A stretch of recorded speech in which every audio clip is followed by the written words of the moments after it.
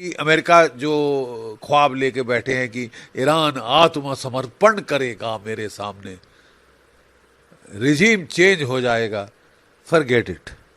ठीक है साहब, आज लिख के ले लें मेरे से कि नहीं होगा। ये तो 2 दिन में बता रहे थे ना। देखिए, पहले दिन इन्होंने आयतुल्लाह खमैनी मार दिए, 48 टॉप कमांडर ठोक दिए, और इनकी उम्मीद थी कि ईरान गया। 20 दिन हो गए साहब, गया गया तो कुछ नहीं, वो मारे मारे जा रहा है। ठीक है, फिर लारे जानी को मार दिया, लारे जानी को मार दिया, तो क्या लड़ाई खत्म हो जाएगी? उसने जो 31 Iranian revolutionary guard core military district हैं, उनको फ्रीडम फुल छूट दे दी है। ताबड़तोड़ मारो, don't wait for orders. Tehran से आदेश आए ना आए, हम सब मारे जाएं, तुम मारते जाओ। अब कर लो बात। आधे घंटे में जब इन्होंने 38 मारे और आयतुल्लाह खमैनी को मारा, आधे घंटे में पलटवार हुआ ईरान का, और तब से चला जा रहा है, चला जा रहा है, चला जा रहा है। गल्फ ऑफ हॉर्मुज बंद हो गया।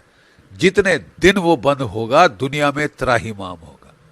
ठीक, अभी भी नहीं, ये कई महीने चलता रहेगा। रिसेशन आएगी, आपको कोई परवाह ही नहीं। डोनाल्ड ट्रंप साहब तो घोड़े पे चढ़ने की सोचा था, बाकी दुनिया मरे मरे, अमेरिका को मुनाफा होना चाहिए, मैं तो तेल बेचूंगा 5 गुना ज्यादा दाम पे। अरे साहब, तुम्हारा अपना तेल महंगा हो रहा है, जो तुम्हारे डोमेस्टिक कंज्यूमर्स का, तुम्हारी इन्फ्लेशन चढ़ रही है, तुम्हारा नेशनल डेट $37 ट्रिलियन था, है। $1 बिलियन दिन का खर्चा कर रहे हो आप इस लड़ाई पे। जितनी देर चलाना चाहते हो चला लो, ठीक है। $1 बिलियन। फिर एक एक्सचेंज रेशियो है इकोनॉमिक। ईरान फायर कर रहा है $30,000 के ड्रोन, उसको रोकने के लिए इनको फायर करना पड़ता है $4 से $5 मिलियन का, इधर थार्ड या पेट्रियट, या फिर $80,000 का वो आयरन डोम। तो करे जाओ साहब, पैसा है ना, फूको।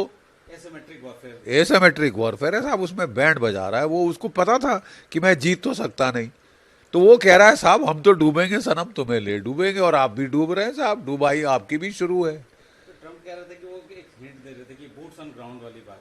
बूट्स ऑन क्या ऐसा पॉसिबिलिटी दिख रहा है कि अफगानिस्तान से उन्होंने बूट्स आउट कराए थे फोर्सेस के? देखिए साहब, ये जब कैंपेन अपना इलेक्शन का लड़ रहे थे, तो वायदे पे वायदे किए दुनिया के लिए कि भाई जानो, हम कोई लंबी लड़ाई नहीं लड़ेंगे। मेरे पहले सारे प्रेसिडेंट बेवकूफ़ थे, गधे थे, बेअकल थे, हैं। वो उन्होंने लंबी लंबी लड़ाइयाँ की, फॉरएवर वॉर्स की, प्रोट्रैक्टेड वॉर्स करी। मैं बड़ा चतुर हूँ साहब, मैं वॉर्स करूँगा, लेकिन 2 दिन वाली, ताकि तीसरे दिन मैं टीवी पे आके वाह वाह वाह वाह ताली कमाऊँ।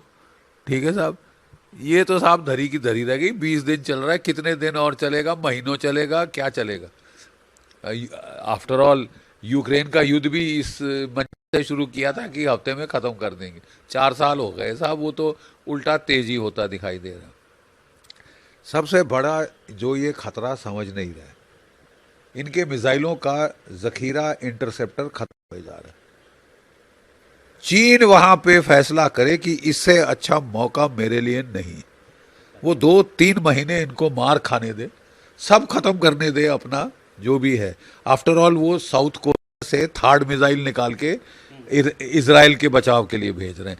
जापान से उन्होंने एक जो है एम्फीबियस कैरियर त्रिपोली, 3,500 2,500 मरीन जिस पे बैठे हैं, 1 क्रूजर 2 डिस्ट्रॉयर, जापान से निकाल लिया कि जापान पे अगर हमला होता है तो जापान संभालेगा। ठीक है।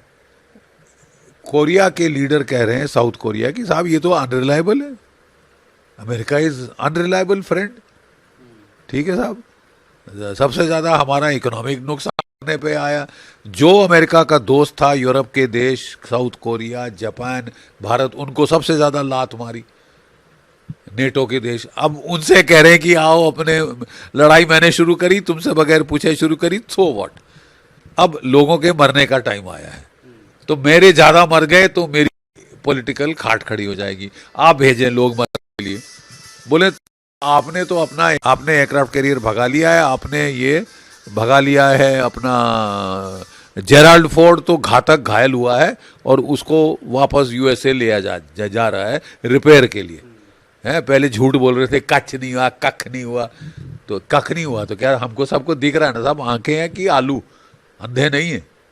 ठीक है साहब, अब जितना मर्जी झूठ बोल लो, पकड़े जाओगे, क्योंकि असर लोगों को साफ दिखेगा। How long can you lie?